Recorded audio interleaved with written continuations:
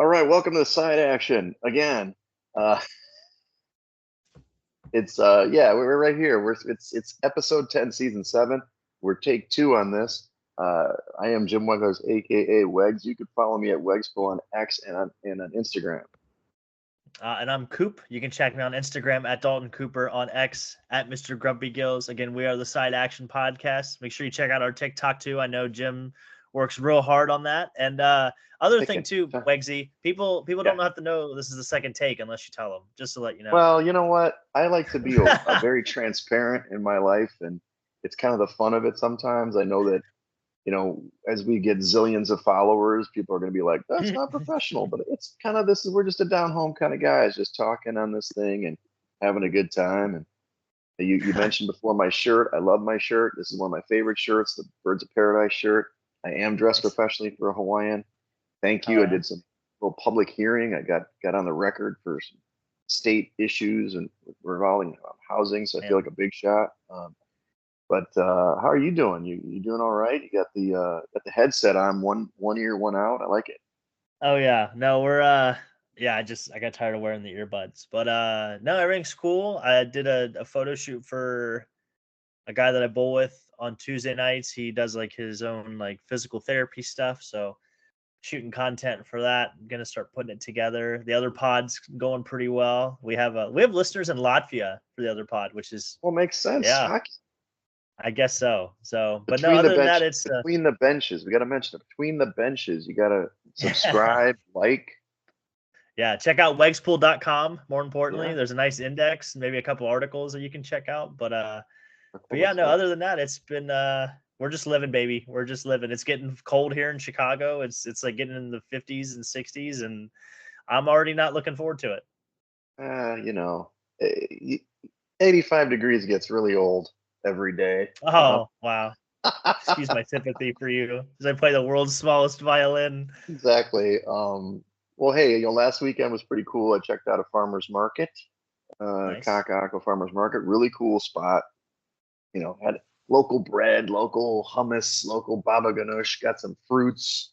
Felt like a real local. Of course, I was sweating my buns off out there. It was, probably like 87 degrees walking around with my backpack on. It was gotta make those breathable wicking backpacks because otherwise it just controls heat in there.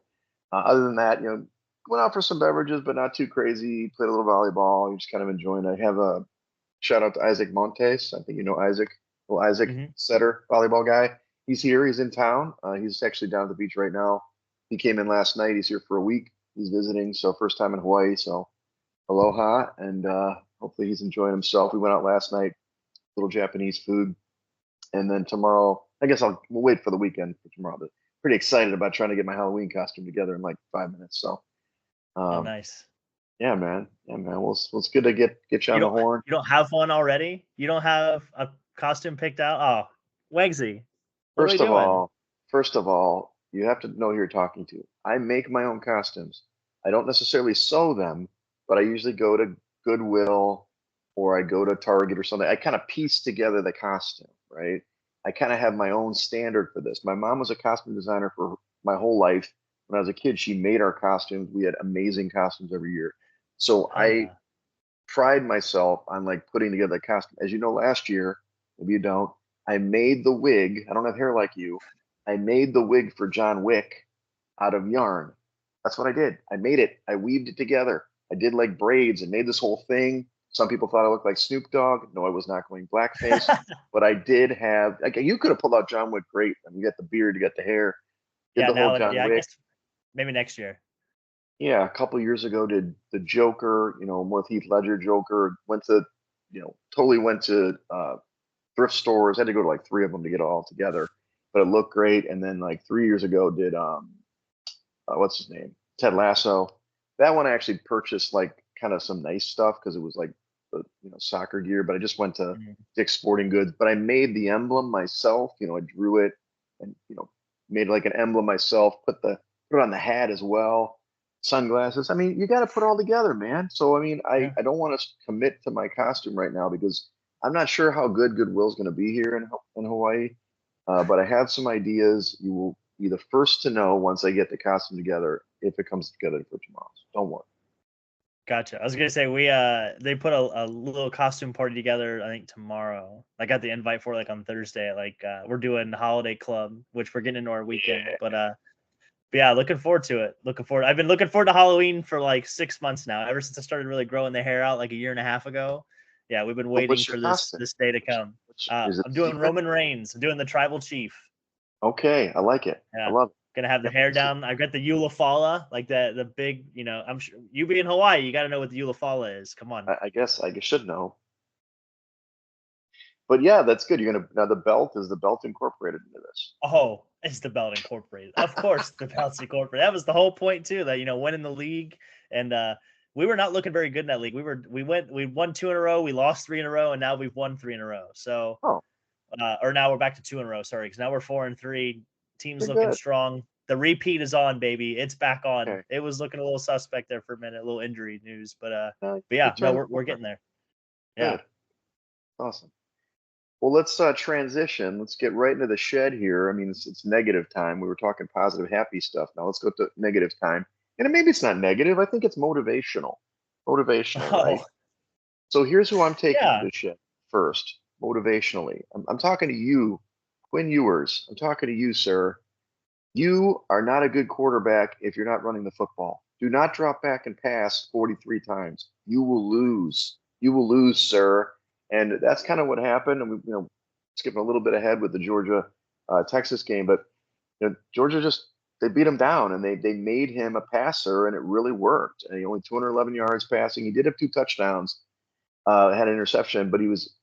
I know this is kind of not exactly reflective. I don't know if these were actual carries, but he was credited for 6 carries for minus 34 yards in this game. But I guess you've said maybe it's more like 29. Oh, they had 29 yards for the game for the offense. So what we can say about Texas is it's not how Ewers goes, they go. But if you're not going to run the football, this offense isn't very good. No, I mean, any offense that's one dimensional is probably not a very good one. Right. Exactly. So Quinn, I think you're of age, so come on back. Well, actually, I'm sorry, you're not in Club Dub, so you get over there. Just sit in the corner Yeah. in the shed, figure your life out. Here's somebody who can stand next to you though, and maybe he can talk to you about some offense. Kyle Shanahan, you sir, you were going in the shed. Andy Reid is your daddy. He does not lose to you, and it happened again. Chiefs Yeah. just. I mean, they didn't pimp slap them. They just kind of dominated the game. Obviously, there's a lot of injuries in this game, which we'll talk about later. But Shanahan, have you not figured out Andy Reid's system? Like one way or another, you cannot run the ball against these guys. Every year, even when you score points, you give up points on the other end. You just can't beat this dude. So maybe a trip to the shed will help you try to fix it and give it a chance. You're probably not going to make the Super Bowl if you do. That's your only chance to beat Reid again. Yeah, no, they got a nice loser leaves town game this week, in my opinion. So, yeah, no, it definitely was a tough look for the Niners. It was at home, got embarrassed. They never really had a chance either. So No, everybody's sick or broken, or their healthiest guy is the guy that got shot in the offseason, for Christ's sake. Like, come on, what are we talking about I here? know. Pearsall, man. Yeah. That's rough. Well, what about you, Coop? Who's going in the shed with these guys? Well, the first and foremost, it's week 7 of the NFL. I guess we're going into week 8 now. But Yeah, yeah. when you're 7 weeks in and you get called soft, that's tough. So we're putting the Patriots in the shed. So their head coach came out and called his whole team soft after they, got beat by the London Silly Nannies, if you will, over there by the Jacksonville Jaguars, if The anything.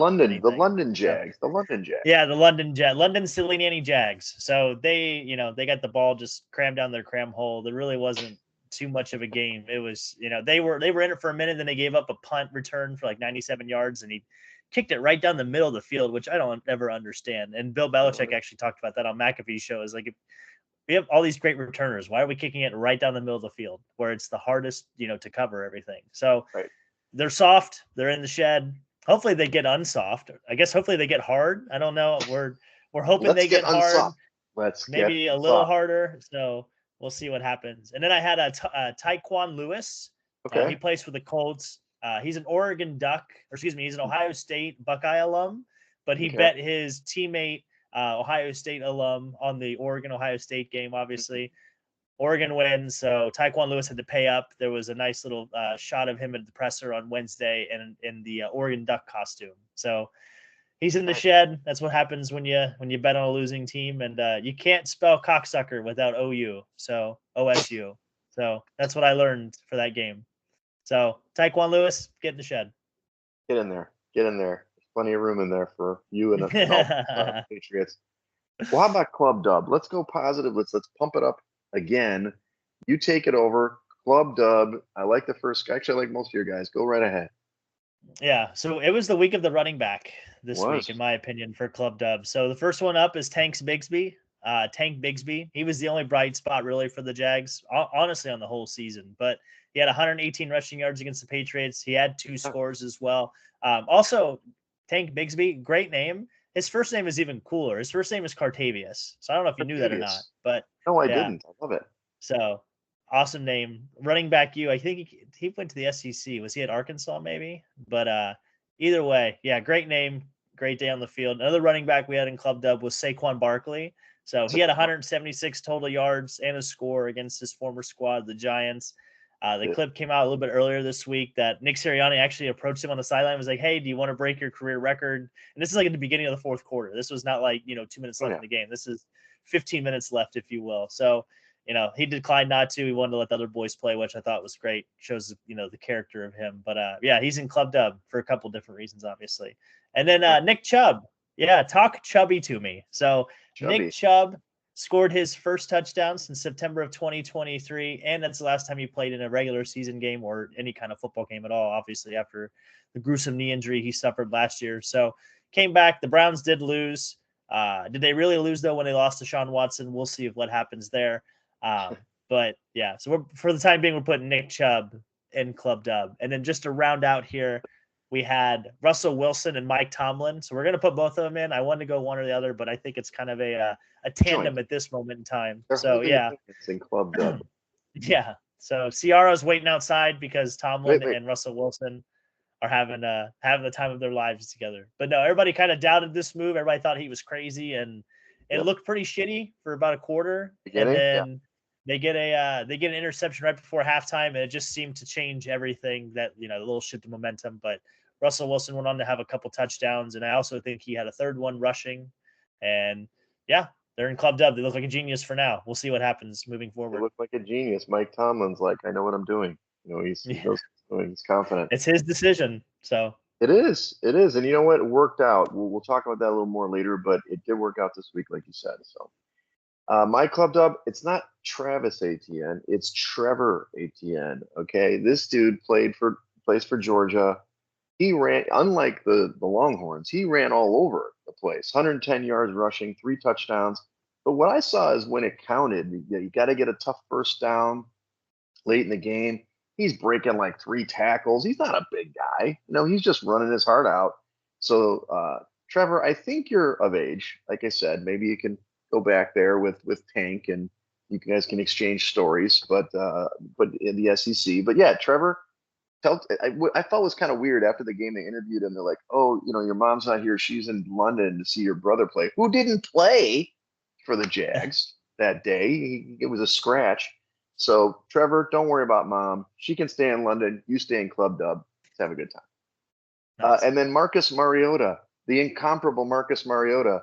The guy is really great when he gets tapped to be a backup. He just wins the first game every time. It seems like. Tough situation. Jaden Daniels goes down with a rib injury like on the first drive of the game. And then what does he do? He has the highest passer rating on the weekend, puts up 40 points in this one. Mariota looked like a spry young man, running out of the pocket, chucking touchdowns. So, Marcus, you are a Hawaiian. I am now not really a Hawaiian, but I'm here. Come back to Club Dub. We have a special section in the Hawaiian drinks for you. So. Nice. Yeah. He also has the opportunity to pull off the Osweiler or the trifecta, if you will, and that is if he starts this weekend, he has a chance to beat the Bears 3 times with 3 different organizations. So, ooh, that's the Osweiler, huh? That's the Osweiler. So we'll see what happens. I thought that was just a Packer, but anyway. Okay, so let's go with the college week 8. Tough week. Coop, tough week. You had a tough week college. I had a tough week in the pros. I was showing my Packer. Let's start it up with the Canes. They did win the game. They won their game. And I think they even covered this number against Louisville. But this total tells everything. 52-45 was the final score. I mean, is that a basketball score? No, that's a football score, sir. It was just score after score. Probably really fun game to watch, but no defense on the field. Yeah, just back and forth. Cam Ward put his cape on again, and is he going to win the Heisman?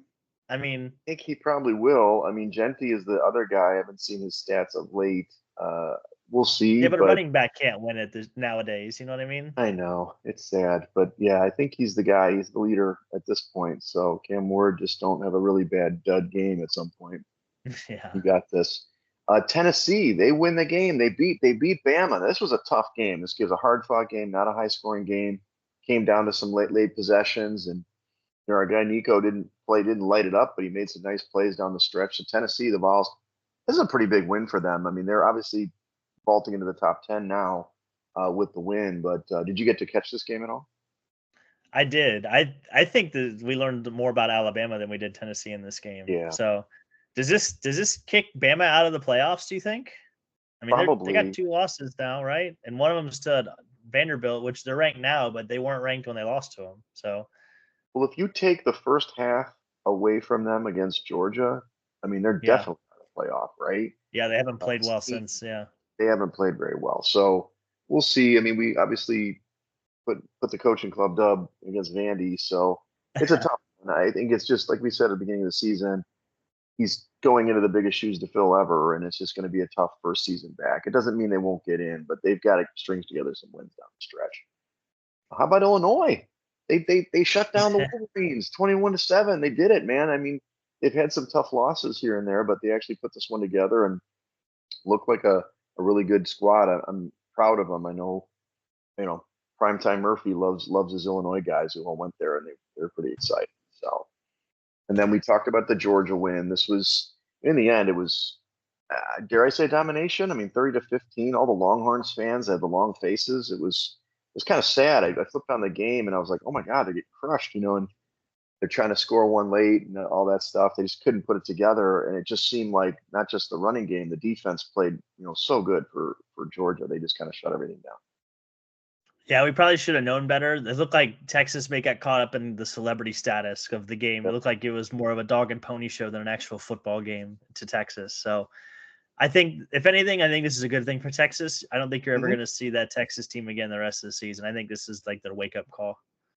Right. Now, do you think, I'm not trying to create a controversy here, do you think they're better off with Ewers or Manning at quarterback? Oh, you're definitely creating a controversy here for I mean, sure. they're listening. They're Um, Arch, oh I'm on your yeah, side listening. yeah. Steve Sarkeesian is actually our next guest. If you guys hang on just a minute, we're trying to get him We're trying to get him Skyped in here. See? Um, There. I would say for the time being, yours, just because I feel like, the last year and a half, 2 years, just the familiarity of the system and everything going on. Uh, Arch is probably definitely the more mobile option, but I don't know how Yep. much that helps them moving forward as far as, I guess, the rhythm and timing of their passing game. So their offensive line's just got to play much better. If they're going Yep. to be playing against these good defenses like they did this past week, the offensive line did not hold up very well. Yeah. No matter what quarterback you put back there. Here's the shocker that I know in your betting tips was the biggest shocker was Rutgers like losing to UCLA because UCLA has been garbage all year. 35-32. I don't know what happened to the defense for Rutgers, but I don't know what happened in this damn game. I don't know. I literally looked at my phone halfway through like the second quarter, and I think Rutgers was down like 21-17 or 21-14 at one point. And I don't know. I couldn't believe it. They were 1-7 or 1-6 going into this game. Like they had not scored more than like 17 points all season or 20 points Of all course. season. All of a sudden they fly all the way east to New Jersey from LA, and apparently on the plane right there, they found their playbook. I don't know what the hell happened. I really don't. I gotcha. And then the Golden Flashes, dude. These guys, they didn't take money out of your pocket, but they got a push. So are you going to still pick on the Golden Flashes this week? I mean, they probably know about you. They're like they've got a picture, like they put the fat head of your face and they're like punching it every game. They're like, let's go, let's get this guy. He hates us. Yeah. No, I'm leaving. I'm leaving the Mac alone this week. I didn't really see a lot of good ones that I liked, but I mean, you can tail them. You can keep tailing them if you want. Right. They got the worst defense in the country for a reason. That's true. And then this was a fun one. The Iowa State, the win over Yeah, UCF, but it was like both teams just lit it up 38-35. There was like no defense out there. What the hell happened in this? just again, yeah, just one team was ready to play, and I think the other one wasn't. Just yeah, and you would think the mobility of UCF's core because they have KJ Jefferson, which he's been at Arkansas the last couple of years, and he's more of a running threat, but he was throwing the ball really well in this game, and I think it kind of opened up those running lanes that he obviously likes to exploit. So I did like the under in this game just because Iowa State's been an under team all year, but all of a sudden Sure, they just didn't bring their defense with them. I guess I don't just ridiculous. that's too bad. That's a crying shame. Uh, so let's get on to this week's big games. There are quite a few, and I'm updating because I did not update the. This is crazy how lines move in a week, by the way. So usually I put these together maybe Monday when I put the lines together, but there's been several moves in this game. So we've Boise. They're playing tonight. By the time hopefully you get the chance to see this before we air. So we've got Boise who's 15th ranked now. They're playing at UNLV. We talked about this game a couple weeks ago when UNLV was undefeated. This could be a huge game just for that outside conference getting in the playoff. Boise's now up to a 4-point favorite. They had moved up from 2.5 now to 4. 64-point total. This is at 9:30 p.m. Central, so in a couple hours here. Any chance UNLV can get back in this? And I mean, they played decent since their loss, but Boise seems like a wrecking crew. Yeah, Boise was kind of one of the teams that was on the radar to make the playoff outside of kind of the major conferences. So, I mean, you can tell in the running game, they like to control the line of scrimmage, and I think that doesn't vote well with UNLV. UNLV is more of a running gun spread offense, and I think if Boise can get a couple stops early and they can kind of impose their will, they're going to shorten the game, and it's not going to be very well in UNLV's favor. Right? Sorry, Proxy. My brother is a UNLV fan. He's a backer, so as is my sister. So, okay, so the next Nice. we got Notre Dame going to Navy. Navy's undefeated. I don't know if you notice. Both Army and Oh Navy yeah, service academies. We want these guys to go undefeated to make the playoff, but that would uh, be sick. Notre Dame, robust 14-point favorite on the road, 50.5-point total. This is Saturday, 11 a.m. Central. How do you not go with Navy? Maybe just scores. Maybe the defense just can't keep up with Notre Dame. A thought here. 50.5-point total seems a little low actually for these teams, but do you think it's just that sheer, okay, Notre Dame has bigger size, kind of like every year, like, but Navy 14 points, that's a big back door open. Yeah, I think it's like to your point. I think it's obviously the offense against Navy's defense, but I think it matches up well just because I don't think Notre Dame throws the football particularly well. Like Riley Leonard's more of a mobile run at you quarterback. So I think that might play into the. I like the under here too. I don't know what it is. It's just something screams me that it's going to be more of a ball control game, and they don't want to make the same mistakes maybe they made against Northern Illinois. We'll see. Okay, nice.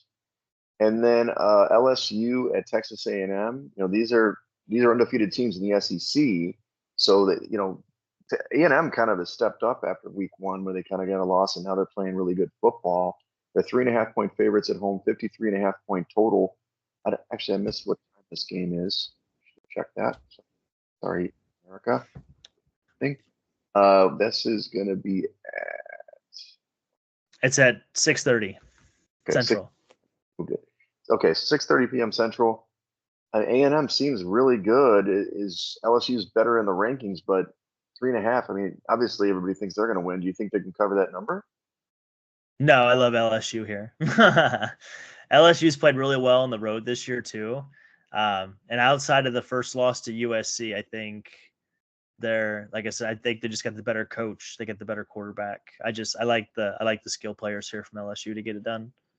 And I'm sorry, America, I screwed up. So the current number is actually A&M -1. The total's 55. So obviously America believes they agree with Coop here because it went from 3.5 opener to down to 1. So they're on board with you right there. And then Illinois at Oregon. So Illinois coming off the big win. Now they got to go to Oregon. This is Oregon's number one team in the nation right now, right? Are they two or one? Aren't they number one now? I believe they're number one.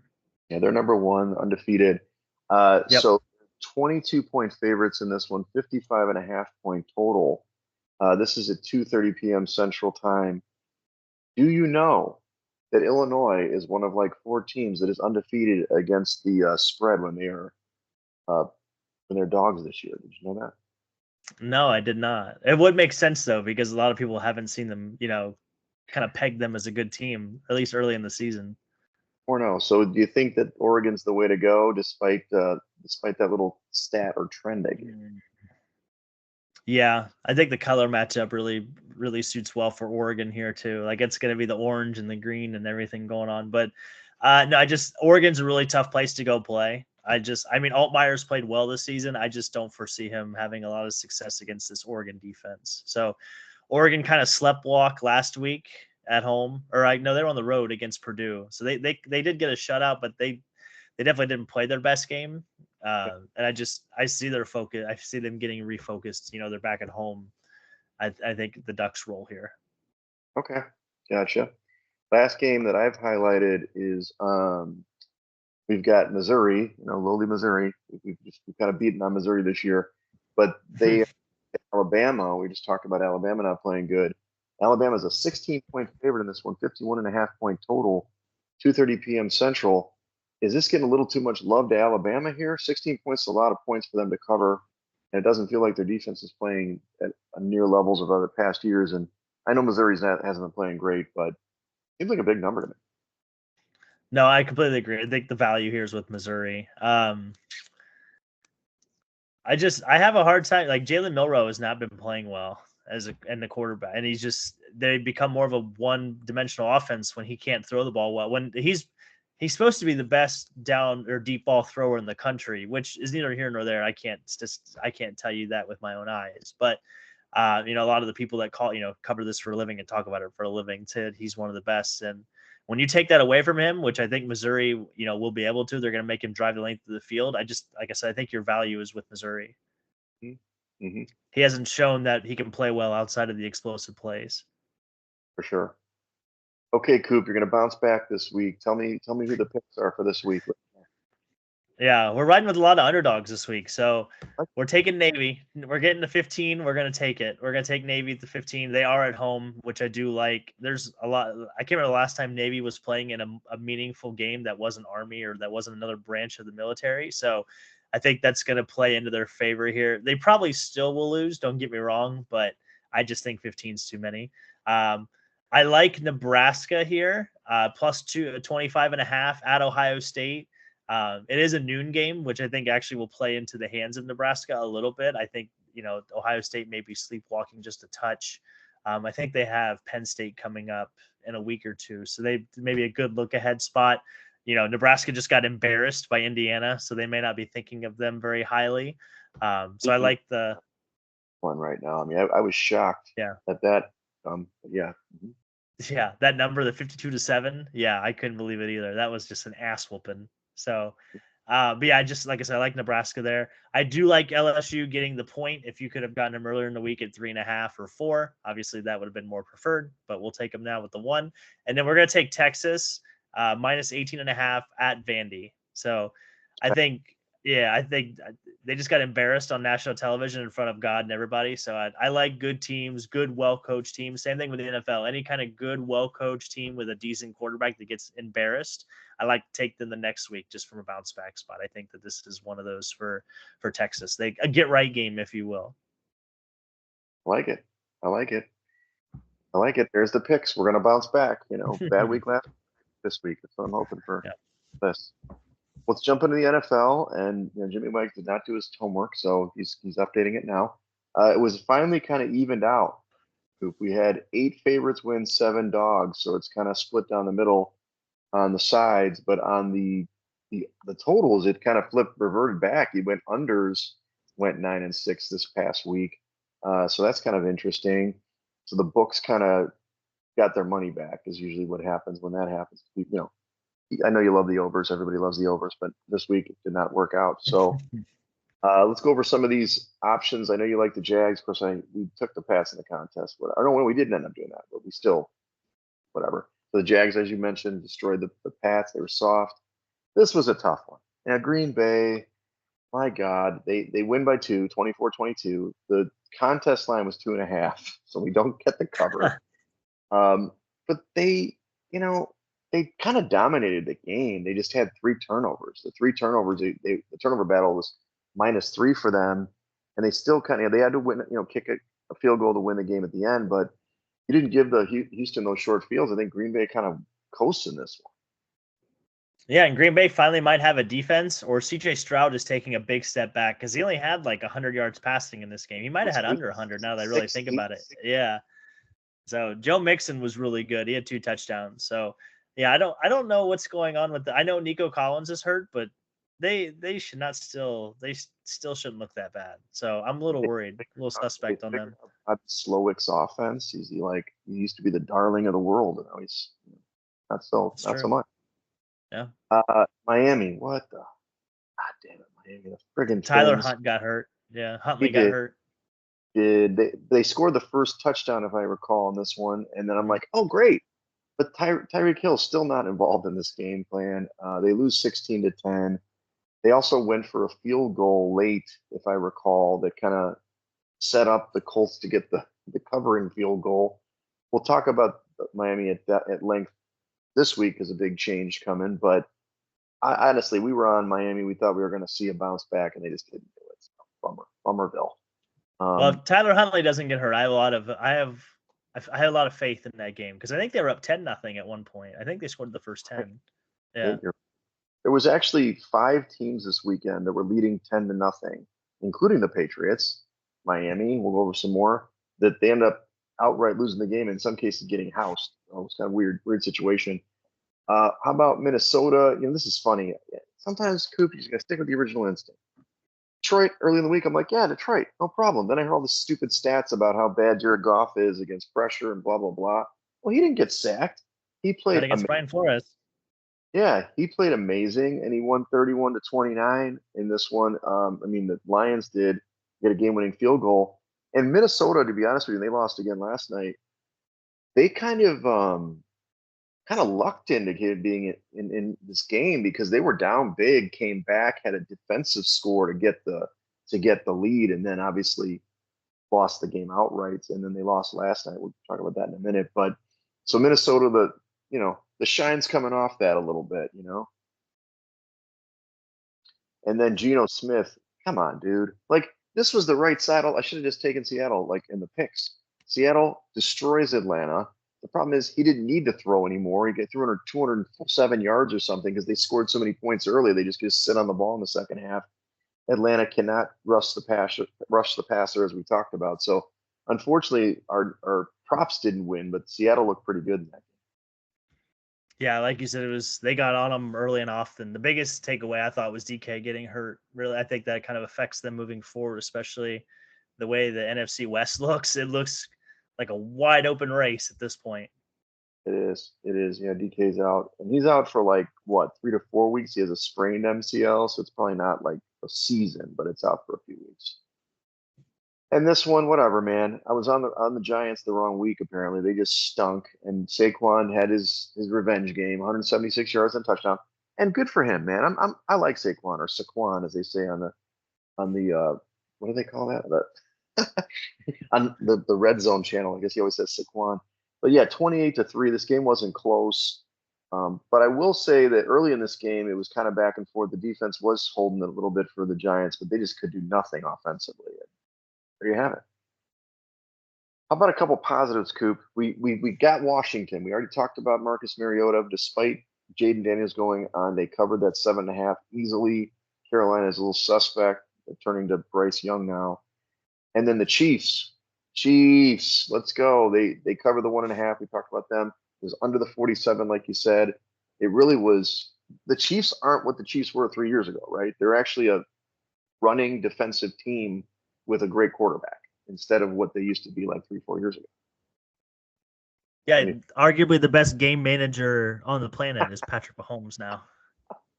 He is, but how about it? They lost players too, but they're running like reverses with McCole Hardman and all that stuff. So, and they obviously signed DeAndre Hopkins, traded for him this week, so that's exciting. Baltimore, yep, I was on the wrong side, pal. But I want to tell you this. Look at the first half. What the hell happened in the second half? they had Henry like for 30 yards in the first half. The game was fairly close. This is another one. Tampa 10-0 in this game. I was like, hey, Jimmy White can be right. Oh no, sir, you're not right. They're going to score like 80,000 points. And Mm-hmm. uh, what's his name? Henry had an 81-yard run in the second half, a 35-yard run in the second half. Did Vita Vea leave the game? Like, what the fuck in this game? The sad part about it was obviously Evans got hurt in the first half with his hamstring, and then that god awful broken ankle or dislocated ankle by a Godwin, like on the last meaningless series. That was a rough one, and they did fine Roquan Smith on that Oh, for like for the hip hip drop. tackle kind of, yeah. That was, and they will not call a flag on that ever. I don't I get what's know. the point of making it a rule other than just finding guys for it. But it was really funny because when that happened, I saw what had happened, but I was Yeah. watching a game with Linnea, and Linnea's like, "What happened or what's What's the wrong?" matter We're with like, "I this don't foot? see." She's like, "No." She's like, "I don't see what's wrong. Why isn't he getting up?" And I'm like, "Do you see how his foot is pointing toward the sideline and his knee is not?" And she's like, "Oh," and I'm like, "Yeah, that's a tough look." So oh man, I can just still hear Joe Buck saying, "Yeah," for the technical or the producers in my ear saying we're not going to show the replay. Right. So Right. I had to go on Don't, YouTube and find the replay. yeah, leave it to X. Don't worry, he'll be on there forever. Oh, And tough. then the last one, Chargers Arizona over. What in God's name happened here? How many field goals do you want to kick, Harbaugh? He had 5 field goals in this game, 0 touchdowns. They lose the game outright, 17-15, and they should have lost the game. They go to the red zone multiple times, don't score, and leave it to Kyler Murray in the game. They played good enough to win. It was kind of a weird game, and Arizona gets their third win, and like you said, they're in the mix in the NFC West. Yeah, Herbert had like 348 yards passing, and they could not win the football game. Yeah. I know. It was sitting there. I'm looking at his stats a little bit. I'm like, wait a second. So they're basically going 60 yards every time they get the ball, but they just can't get in the end zone. Okay, Yeah. that's what we call an under. Well, let's get into the spreads for Week 8. First of all, there's no buys this week, Coop. Why the hell are there no buys in the middle of the season? This doesn't make any sense to me. As a fantasy football guy, I do not understand why there's buys in weeks 13 and 14 and 0 buys in week 8. But neither here Yeah. nor No there. kidding. Minnesota lost last night to the Rams. The Rams look good. They got Cooper Kupp back and Puka Nakua. Although Minnesota kind of an egregious, oh man, the no call on the face mask. I guess those things can't be reviewed, but poor Sam Darnold's head was almost ripped off. And did you see that the guy who did it put his hands to his helmet because he knew he did it, and they still didn't call it, and that's a safety to basically end the game. That was nuts last night. Rams won 30-20, right? Oh man, we lost him. Okay, we'll get to the next game as Coop goes back. Are you back? You're back now. Oh yeah, You just back. Well, and by the way, my Super Bowl pick looked pretty good last night. I picked the Rams. We were going through the text thread, so I went all the way back to our first outline, and I did. I picked the Rams and the Texans in the Super Bowl. I had okay. the Rams beating the Texans. So yeah, my Super Bowl pick. We're back on. Like I was ready to punt on the season, but hey, we're back. We're back You're all the saying way. there's a chance. You're saying there's a chance, baby. Well, let's get into this week's game, Scoop. We'll start off with the Jets at New England. The Jets are a 7-point favorite on the road, 41-point total here. The Jets have been a disappointment. Let's just face it. 15-6 lead against Pittsburgh. You talked about how Russell took them back, but it's more. I don't even really know what to say. I mean, like Brees Hall had like 100 yards rushing, and they still are losing games. I mean, Hit yeah, 100 yards receiving. yeah. Oh yeah, 100 receiving, and Devontae Adams. He was a big effect. He got like 2 catches, but in this one, I mean, ugh, 7 points seems like a lot for. I can only go New England, but New England sucks, so it's a total pass, stay away game for me personally. But you like this game? No, not really. I honestly hope the Jets lose just for content, people like us, so we can have more to talk about. I love tuning in on Monday morning when the Jets lose and everybody just gets to have like a nice tee off party between them and the Cowboys. Man, it's a lot of fun. They have permanent residency in the shed if they lose this game. That's all I have to say. They fire their coach. They don't get the dead cat bounce. They get the new receiver. He doesn't even get the ball. I mean, the bottom line is, as we were discussing via text, Rodgers isn't mobile, right? He's not that good of a quarterback at this point in his career.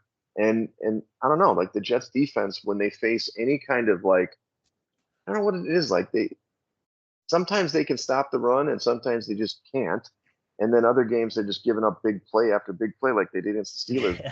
who hasn't played all year. Just weird. All right, let's go to the next game since we'll pass on that one. We've got Baltimore at Cleveland. You've got the Jameis Winston thing. We talked about Deshaun Watson getting injured. He popped his Achilles. There's a lot of discussion about this. He obviously there was a little bit of cheering when he got hurt, which really sucks. But Winston's going to get this job. It's 8.5 right now in the contest. 44.5 point total. The market is 8 points though. And originally this line was 9.5. I wish I'd bet that then because I did like Cleveland at 9.5. As further comes down, obviously Baltimore's got a good shot. Do you think there's any way that the Cleveland can cover this number? The more I think about it, probably not, but I do like Cleveland. I don't know why. I think between Nick Chubb and maybe some David and Njoku, they can keep this game close. Right. Um, but that's man, because we all know that Baltimore's Achilles heel is their pass defense, and unfortunately, there's not a lot of wide receivers that really scare you for Cleveland. So Nick Chubb's gonna have to have a good day, and it's probably gonna be David Njoku and Jerry Judy, maybe Dude. Jerry Judy. So if you want like a complete flyer in fantasy this week with a lot of upside, I think Jerry Judy's probably your guy. Um, but yeah, I mean, I would take Cleveland. I think it's just too big of a number, and it's a short week for Baltimore as well, coming off Monday night. And Baltimore, like as good as they end, they're number one in offense, both scoring and rush and scoring, well, rushing yards and total yards. But they're giving up a lot of points on D. And I know that they're usually just housing teams, so they just let people do what they want to do. But come on, man. I mean, even there was a small chance, even though Godwin got hurt there in that last drive. I was like, is Baker going to take him down for a meaningless touchdown to cover the number? That's what I was thinking the whole time. And Jameis is going to throw a couple picks, but he'll throw some touchdown passes. But I like it. I like Cleveland too. All right, so Tennessee at Detroit. Detroit is an 11.5 point favorite here, 45 point total. This is the largest spread that Detroit has had in like ever. Okay, definitely in the Dan Campbell era. I'm going to throw a stat at you before you let you talk. Campbell is like he's 2-2 straight up when he's double-digit favorites, and he's 1-3 against the spread. So I am all over Tennessee personally, even though they suck. They are the worst, but 11.5 points, just too many points. Yeah, and Tennessee played Buffalo last week, right? And they kept it close for like the first. Actually, I think they were leading at halftime, I believe think it it or was not. nothing, pal. Nothing. Yeah. Well, and then Buffalo took over, but I don't know. Tennessee's selling everybody too, so I don't know if that means that the team is going to quit. That's my only fear with backing the Titans is that they're kind of in that sell now mode or maybe build for next year, and that some of the guys are going to quit. But I mean, those guys are putting tape out. I mean, those guys are playing for jobs for next year, even if if they do suck. So I would play the number here. Otherwise, I'd leave it alone. If anything, I would take the over because I could definitely see the 45 hit, and I could see either Detroit running away or I could see Tennessee hanging around just because Detroit's defense is average at best. Average. And Tennessee's defense isn't that bad. I mean, the metrics are good. It's just if you got capable quarterback play, they'd probably be at least 500, but they just can't get it. Even Rudolph is not great, below average. He's Yeah. probably better than Billy Levi's, but I mean, other than that. All right, let's do Indy at Houston. Houston's a 5 point favorite at home, 45.5 point total. It looks like you like Houston to kind of get off the schneid. They haven't been playing great, but I will say that their schedule has been pretty rough so far. And Indy, their defense is lackluster. So is that what you're thinking? Yeah, I can remember like a month ago or like a month and a half ago when they played this game, it was like what, Houston -2, and all of a sudden Houston's -5, fast forward 5 or 6 weeks. So yeah, I think to your point, the schedule's been tough for Houston. They've obviously kind of got not necessarily the ringer, but it's definitely been above average. I think it's top 10 or top 12 in the league as far as difficulty. So yeah, CJ Stroud's got to get right. The secondary of of Indianapolis has not played the best, and they're starting to get healthy, but I just don't like it here. I think it's a bad spot for them. Well, and also Richardson's starting again, which is fine. Yeah. But he played well the first week against Houston, though. He's throwing bombs, if you remember. And we watched at the pool. I mean, they kept it. I think they pushed in that first game, if I'm not mistaken. -2, the 31-29. Right, but it was one of those things where he was hitting these bombs. Like it was like, oh, they gave up a touchdown, and he's hitting this bomb. It was a really fun game to watch. I don't know if that's going to happen again. The Texans defense, not bad. Okay, so Green Bay at the Jags. Green Bay is a 4-point favorite on the road, 49-point total. This was about 4.5, 5, and my Packer cheesehead was on early in the week, but everybody I've talked to or listened to is against the Pack in the spot. So I backed off of that on my picks, probably because they're right. They say this is peak Packer pricing. I think they're a really good football team, but the Jags, maybe they turned a corner in London. I mean, they played a crappy team. It's just maybe just a classic letdown spot after the big win last week against Houston. So I go Jags or pass. I'm just not going to bet the. Any thoughts? Yeah, I'm kind of with you. This might be the Josh Jacobs game, honestly. I could see Josh Jacobs playing really well in this game, and the Packers offensive line maybe inflicting their will a little bit, getting back to establishing the run a little bit. But yeah, I'm with you. I hate the number. I would like Jackson, or I would like Green Bay if it was -3, but not 4. I just, for some reason, that extra point just doesn't make me feel good. Right, I got you. And then we've got Arizona at Miami. This is in the contest is 3.5, 46.5-point total. It's up to 4.5. So the money is pouring in on Miami. Tua is back, right? Officially, is he going to start this game, or what's the deal? Yeah. Okay. So I understand it. I love Miami at 3.5. 3.5 is a tough number, but 4.5 is worse. I don't know. Like, obviously, there's a lot of steam, which kind of worries me in these situations. I believe in the contest, everybody's going to take Miami, which usually we try to steer away from it. But then again, I want to go better than 2 and 3 every week. So I am on Miami -3.5 in the contest. 4.5. Gotcha.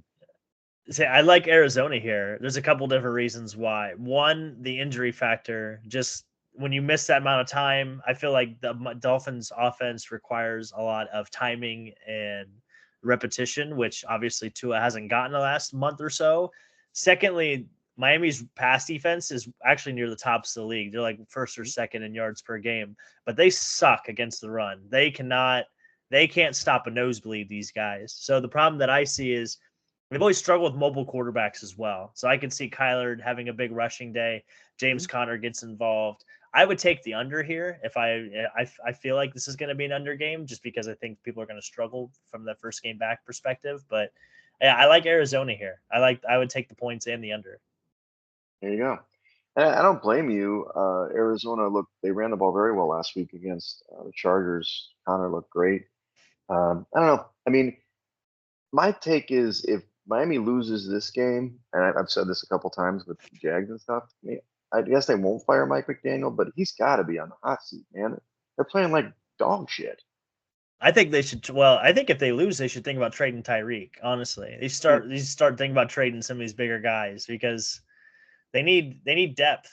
Like it's just they need another quarterback, in my opinion, and that's not going to happen overnight. And yeah, it's just it's an interesting situation for them. We could spend an hour talking about the Dolphins because it's really not a matter of if, it's just a matter of when at this point, which is almost unlike any other franchise in the league if you really think about it.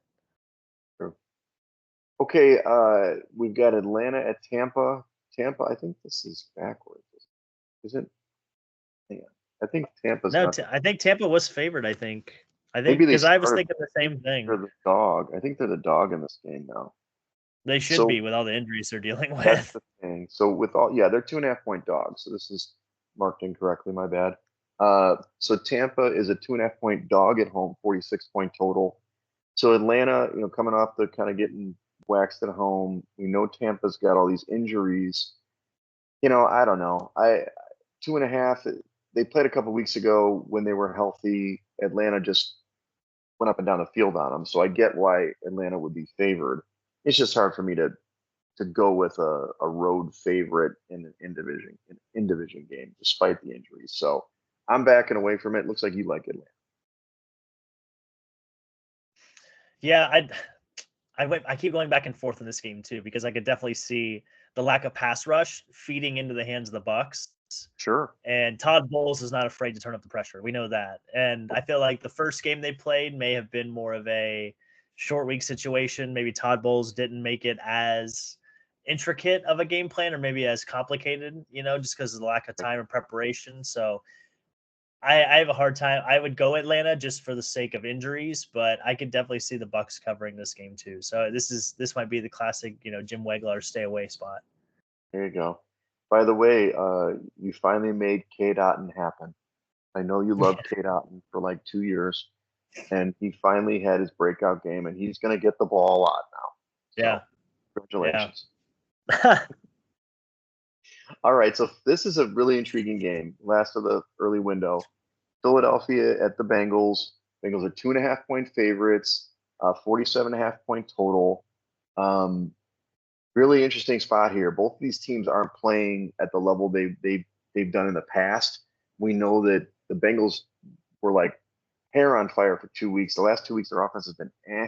Philly obviously ran the ball at will last week, but I don't think they're still playing that great. Besides that running attack, so 2.5 seems like the right line here.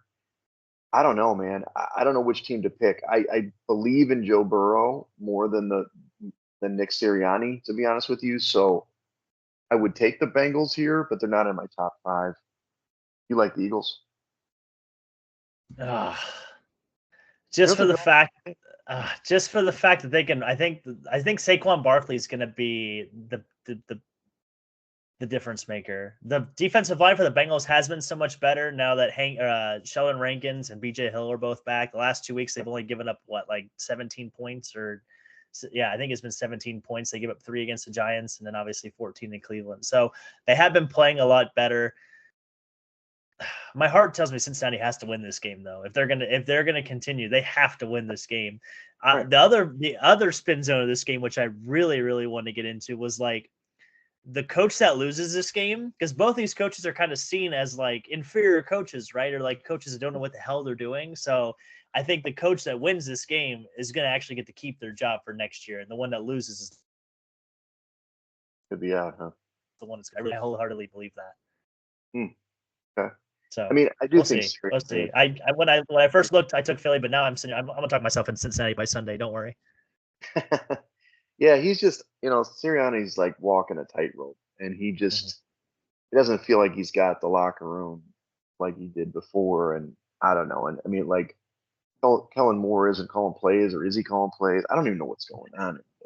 But they have talent. There's no question. So what about the total? I mean, 47.5 seems low for these teams. Seems like it's going to be a score fest, but that's just No, I don't think so. I think this is I think it's a grinded out game here. I really do. gotcha. Let's go to the late window, 3 o'clock window. We've got New Orleans at Chargers, 7.5 point favorite for the Chargers, 41 point total, really low total. The market is 7 for the Chargers now.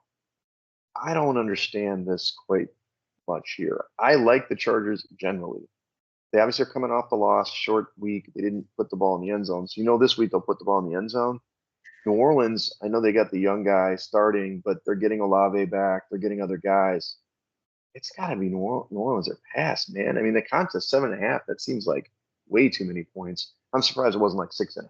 So I'm not picking this on my top five, but I definitely like New Orleans. Yeah, Spencer Rattler, like you said, is going to get the start for New Orleans. So I think that's definitely a big factor. But New Orleans is actually near the bottom of the wegspool.com power index. Go check that Yes. out, by the way. There's a All right. lot of defensive.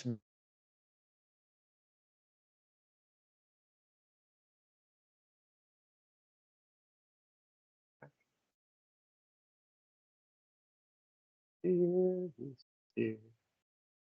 looking at the Weg spool metrics, and he's frozen. This is great. They wanted to go, whether it was the playoffs or even further.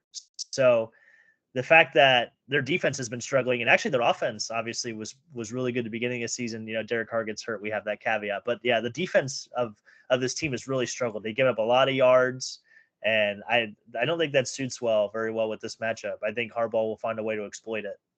Yeah. Well, that's certainly the number tells you that with the 7, but it has dropped a little bit. Okay, let's go to the next one. Buffalo at Seattle. Buffalo's a 3-point favorite on the road, 46-point total. One of those really long flights back. Seattle played well last week, but so numbers painted perfectly for me. I think this is the right number, but value to me to Seattle. I don't love them, but I don't. You love Josh Allen in this matchup? No, I think this might be the 401k pick of the week of Seattle. Oh yeah. Not the Roth So, IRA. Let's keep it a little. I There's think this limits might on be Roth IRAs. this might be the 401k pick of the week. So there's a couple different reasons why. As we alluded to a couple weeks ago when the Bills played the Ravens, they have a tough time stepping up in class. They do a really good job of beating the shit out of the teams they should beat the shit out of, and then occasionally they'll beat a better team, but they usually don't play that well when it comes to these better teams. So Seattle's defense has been very suspect. They're finally getting healthy, especially on the defensive front, which they were missing all 4 of their starters against Detroit. They've slowly been getting guys back week by week. So they played pretty well against Atlanta last week. I think they'll have a good game plan. Also, obviously their head coach came from Baltimore. Baltimore has owned Buffalo the last 2 or 3 years defensively. So I think that they definitely have an idea, and he can schematically find a way to limit Josh Allen. And I still think Josh Allen is playing with a little bit of grogginess. I still think that hit he took a couple weeks ago can still have an effect on him, honestly. Sure. But no, I love Seattle here. I love their ability to run the ball. I love their ability to spread around even without DK. Jackson Smith and Jigba can still play. No, I like Seattle here. Okay, good. I'm with you. I understand where your logic is. It makes sense. Okay, so let's go Bears at Washington. Bears are 2.5 point, actually in the contest, 2.5 point favorites, 43.5 point total, 3-point favorites now in the market. Mariota is going to start officially. No, it's not no. Jaden Daniels did practice today, so they're playing it very close to the vest, if you will. So what's tough about this for me is Washington has become a darling in my heart, not just for picks, but I have a lot of shares with Jaden Daniels in fantasy, and I've really been excited that they've been better. But the Bears are a pretty good defense. And Washington, have they faced a good defense? We know that Baltimore's defense wasn't very good. Arizona's isn't that great. This is going to be the best defense they've faced, I don't know about this year, but certainly in a while. So I did like Washington. I did like the Bears when they were a dog, when they were going to be a dog with Daniels starting. And now I'm a little conflicted. So in the article, I did write the Bears will win this game. If it gets up to 3.5 for the Bears, I'm not feeling great about the cover, but I would back the Bears in the spot. Do you know the last time the Bears were a road favorite under Matt Eberflus? Well, probably never. Never. That is correct. They have never been a road underdog under Matt Eberflus. So we're gonna find out. Yeah, I hate everything about this game, to be honest. For one, I don't know who's gonna play, and then two, and then I guess to piggyback off of that, depending on who does play, I think changes the expectation of the general public. Like, I think if Jaden Daniels plays, I think the pressure goes to Washington. But if Marcus Mariota plays, all the pressure goes to Chicago. And I don't think they handle the pressure well, like the general public, of them actually expecting them to do something. So I would take Washington or pass just for the sake of it, just because that's where the points are. But I don't like this game at all, to be honest with you. The Jimmy Wegs stay away game of the week, the Coop stay away game of the week. Yeah. No, I mean, it's going to be an interesting game because both teams actually have maybe not outperformed. Washington's definitely outperformed expectation. The Bears now, where they sit, I mean, they have played like terrible teams like 3 weeks in a row. So Washington's defense isn't that great. So I think they're going to score. It's just a matter of, are they going to cover a number like you said on the road? Caleb Williams, is he going to fall in love with, especially if Jaden plays? Is he? I'm going to try to outdo Jaden Daniels. Right. So there's a lot of storylines there.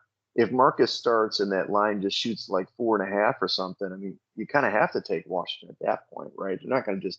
I know Mariota's not great, but they're not going to play that bad. So it's an interesting game. Definitely wait. It'd probably be a good in-game betting situation and not a good Oh contest. yeah. I really like the angle too that do you think the Bears have to win this game to make the playoffs? I thought about this a little bit more too, because Probably. more than likely they're not going to win the NFC North. More than likely, right? I don't want to be pessimistic, but more than likely they're probably not going to win the North.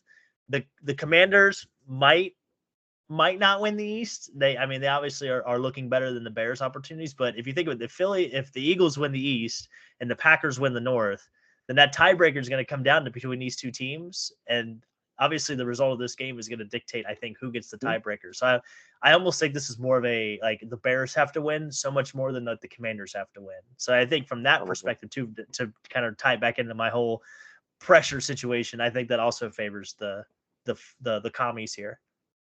Yeah, the Bears haven't really played. Their schedule gets much more difficult now, and this is kind of what they needed to do. Actually, where they're at right now is what they needed to do. Be it 4-2 or whatever they are. So, like, if they this is a huge game for you. To your point, they got to win. The NFC is kind of loaded this year. Besides the NFC West, I mean, South is. You're gonna have to win 10 games. So you're right. They got to win this game. Washington's a better chance. If they lose, they still can make it because Cowboys are bad. Yeah, they should have beat the fucking Colts. They should have. All right, let's go with Carolina at Denver. Denver is a 9-point favorite in the contest, 41.5-point total. Bryce Young is the starter. Yikes. Now, here's the thing. I'm going to give you a stat. Here's a stat. It's not everything's not perfect, but the Stat Action Podcast, baby. Teams that lose by 30 plus points in a given week, the following week they cover at like a 68% clip or something like that, whatever 48 over 56 or 66 is. So you have to do Carolina or pass here, okay? Carolina or pass. Ooh, I've liked Denver a lot this year. We talked about it in preseason, and people probably were poo-pooing our decisions, but their defense is pretty good, and Bo Nix and all that. But Bryce Young, god damn it! Why did they have to? I know that dude got in Andy Dalton got in a car accident, right? Yeah, he broke it. Did something to his thumb. Yeah, he had a thumb issue. So I don't know. That trend probably goes out. It'll be one of those 18 out of 66, right? That do cover, but too big of a number for me to back Denver in this one. When Denver's getting healthy, they're going to have the number one cornerback.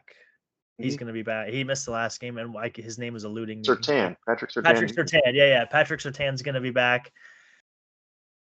God, they have such a better head coach too. But you're right, 9 points is a lot for a team that that usually struggles. But I think they're going to be able to run the ball. I mean, Carolina's really small, and they ran the ball, on prime time on Thursday night. The last time Denver played, they played New Orleans, right?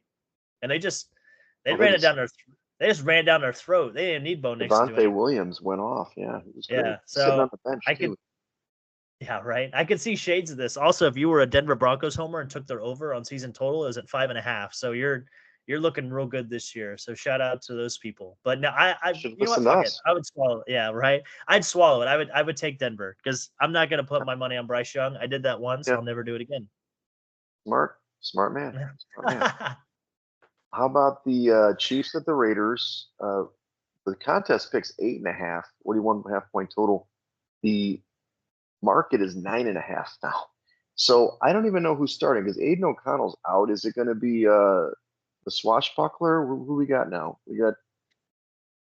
It should be Minshew, if anything, right? Yeah, Minshew starting. They did sign. The hell did they sign as a backup? It was funny. You know who they signed as a backup this week? God damn it! Gotta write some notes. Looking at. Yeah, they signed somebody who was like, "Oh, I can't believe I'm, going to the Raiders." The Raiders are in disarray. 9.5 points. I'm not betting against Patrick Mahomes ever again in my life, but it is too many points. The Raiders always do some bullshit in these games. Desmond Ridder. Desmond Ridder. There you go. The ghost of Desmond Ridder's in the building. I'm sure he's happy to be in Vegas. I don't know, 9.5, again, contest 8.5. Maybe everybody's going to pick that because it's lower than the market. 9.5. Raiders. I know this is a revenge game because last year the Raiders beat them on Christmas Day and all this other stuff. I don't know. Does Mahomes even care? I just think it's going to be. They're going to win this game. rocking chair game, but maybe they win by 7 points. So I don't know. I can't back the Chiefs at 9.5. Can't do it. The only reason I like the Chiefs in this game is because of the disparity of the run defenses. So Kansas City, again, like I highlighted last week, they lead the league in rush defense. Stopping the run is what this team does best. Good. And giving up rush yards is what the Raiders do best. They are like 27th in the league when it comes to rush defense. So I don't think Mahomes is going to have to do a lot. This might be like a try out my new toys with like Hopkins and some others. You know, maybe Noah Gray will make another appearance. He's been playing really well as well. But yeah, I mean, it's Patrick Mahomes. I would take Andy Reid here. I mean, you swallow the points. Though the Raiders have been playing, even though, you know, Antonio Pierce and everything going on, he kind of looks like a jackass, but they are playing hard. Like there's no quit. They're kind of like the Lions when Dan Campbell first took over. They're not a very good team, but they do play their asses off. So to your point, I just don't know how good I'd feel about that. But do you know who the last quarterback was to beat the Chiefs, by the way? Last quarterback to beat the Chiefs. It would be was it Aiden O'Connell? It was Aiden O'Connell. Yeah, it was AOC. That was AOC, the last time the Chiefs lost. Wow, Christmas Day last year. Wow, that's pretty good. Yeah. They're a good football team. Yeah, at some point the Chiefs are going to lose. This is probably the week they lose because everybody's like, the Chiefs are going to beat the Raiders. The Raiders suck. But, you know, division rivalry, you know. Okay, so you would back the Chiefs at the 9.5. Yeah, I'm taking their defense. That's the best unit on the field by far. Great. Yeah, they're great. Let's go into the Sunday night game. Dallas at San Francisco. The contest line is 4. It's come all the way down. It was like 5 early in the week, down on to 4. 47-point total. It's probably the right number now, but I know listening to myself say this out loud that I like Dallas in this football game is really weird saying it out of my mouth. But San Francisco's banged up. I mean, they've got, Ayuk is out for the season. We can talk about that. ACL tear. Debo, I think, is out as well. He's got this pneumonia. He's going to be out for a couple weeks. You mentioned Pearsall will play. I like Cowing, the rookie, to get some run. You obviously have Kittle. You're not going to have McCaffrey. I don't know, dude. And the defense has looked not great. I don't know what the deal is. Dallas coming out of the bye. If you're going to win a football game, it's this one. And they've been better on the road. So I'm Dallas +4. I can't believe I'm saying that because they've always played so small against San Francisco every time. No, I agree. The thing that I love the number, the thing I struggle with going back and forth is that Dallas cannot run the football and San Francisco has struggled to stop the run. That's kind of what killed them last week. It wasn't the passing game that the Chiefs took over the game with. It was just the ability to control line of scrimmage. So I think Dallas's inability to do that. To your point, though, the Niners are missing Juwan Jennings, and then Greg Kittle is also questionable, to your point. And then Debo is actually questionable. He's not been ruled out yet, but he is dealing with an illness, like you said. So I guess I would take the Niners here. I just don't have any. I mean, I was the one that told you that the sky was going to fall in Dallas this year, and so far I'm right. So I'm going to stick to my guns. I'm taking the Niners. Well, and to your point, and obviously going against my pick here, the Niners have to win this goddamn football game. They got to stop losing football games. I mean, what are they, 3-4? I mean, what are we doing here? Like 3-3. 3-3. You got to start winning some football games. You're going to have to win the division now. I just look at the way they've been losing games all over the place. I know they lost to AFC. They obviously lost to the Chiefs last week, but they lost to Minnesota early. They lost to Arizona. These are NFC games. You can't lose these games. This is another NFC game. They have to win this game.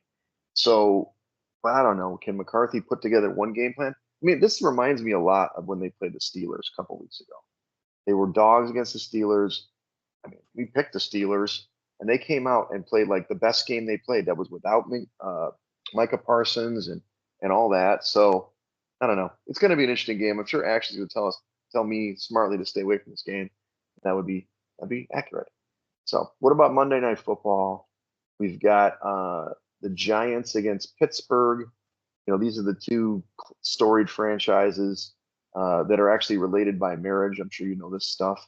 Like, Rooney Mara, you know this story? Rooney Mara, who's an actress, beautiful actress. They named her because, like, she's part of the Mara family, but the Rooneys and the Maras are intermarried or something like that. So her name, Rooney Mara, is from the Rooneys and the Maras. Look at that. There's your name. Huh. So anyway, Giants are 6-point dogs at Pittsburgh, 36.5-point total, super low total. I'm all over the Giants here, baby. I can't believe Pittsburgh's laying this number. This is the largest number that they have laid in the post Roethlisberger era. 6 points. Nice. So I am all over it. Giants plus the 6. I know Daniel Jones sucks. I know they're pretty garbage, but too many points. And I think the other thing I'll say this before I let you go. Russell Wilson, as good as he played last week, did you look at the stats? He was barely over 50% completions. He was chucking the ball up to Pickens, who made some great plays. He's going to throw some interceptions this game. He's going to get sacked. It's going to be a rough day for him. Freezing up, Coop. So there we go. Plus the 6. Coop. As he was in the past. And I'm with you. I like the Giants. I don't think the mobility of Russ is going to do them any favors here, just because the pressure of the defensive line of the Giants is definitely, I think, going to wreak havoc. It's going to show its strength here, and they're definitely going to flex. But I think the field goal game, honestly, I know Daniel Jones will probably use his legs a little more, just because TJ Watt's going to literally be in his lap as soon as he gets the ball. So by nature, right, he's not going to be able to throw it. He's going to have to run it, which I think actually benefits their offense. So sure. To your point, I'm rolling with you. Let's roll the Giants, baby. The G-men. G-men. All right, let's review my picks. We're going to cross out that Minnesota one that didn't happen. We're going to go Dallas plus 4, Tennessee plus 11.5, Cleveland plus 8.5. You seeing a theme here? The Giants plus 6, but I'll take Miami minus 3.5 in the contest, even though they're up to 4. What about yours? Nice. Well, I love the Giants, like I said, at plus 6. I'm taking Houston at minus 5. I'm taking Seattle at plus 3. I'm doing Philly plus the 2.5, and then Atlanta minus the 2.5. So the last two, I don't feel great about. The first 3, I do feel pretty strongly about, but yeah, we'll see. I might be wavering. I might just fuck around a waiver. You never know. You're doing your best. You're doing your best, Coop. It's hard.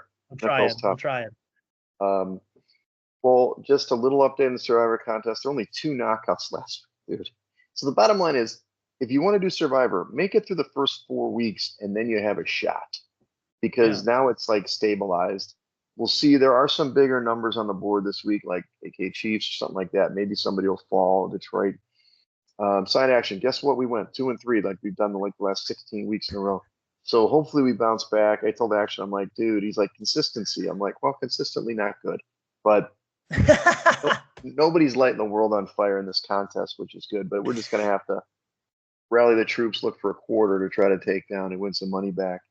So anyway, for the weekend ahead, I mentioned, hopefully some Halloween activities in Chinatown, which is like a street fair thing that they do. I've got to get the costume together. More of a goodwill guy. We'll see what we can do there. And then, we're going to go check. I got talked in. They're doing a sunrise beach hike tomorrow. Nice. So I probably won't be out as late as normal, but that's fine because, Isaac's getting up at 3 in the morning because he hasn't adjusted the time. Cool. We'll go to this. It's supposed to be the best beach in Oahu, Lanikai Beach on the east side here. So looking forward to that. And then hoping to catch a little football on Sunday and get out to the beach, play some volleyball. How about you? What are you up to? Right. God, that's got to be great, right? You get up at 3 a.m., watch the NFL, and then by noon you can go to the beach because it's all over, right? So that's got to be pretty awesome. Week. 2 o'clock.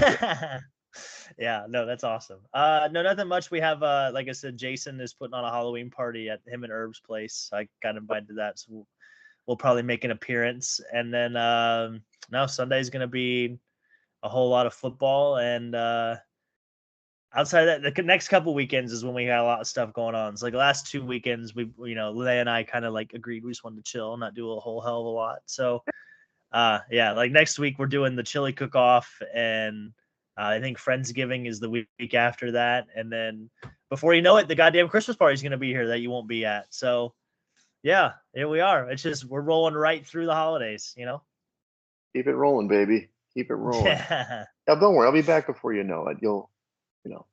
I'll be there. I hope so, because my internet sucks. So yours isn't the only one. Trust me. I'm watching games and it's like fluttering, and I'm like, God. I'm like, They like reset the internet. I'm like, I just think the internet's just bad. Yeah. Well, hopefully I'll be moving too. I think I'm gonna be moving Yeah. shortly, so When that does should that help happen? with the whole. Maybe this week or next week. I haven't decided yet. Jordan,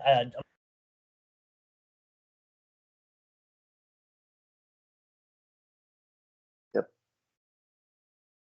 Please, it's being recorded.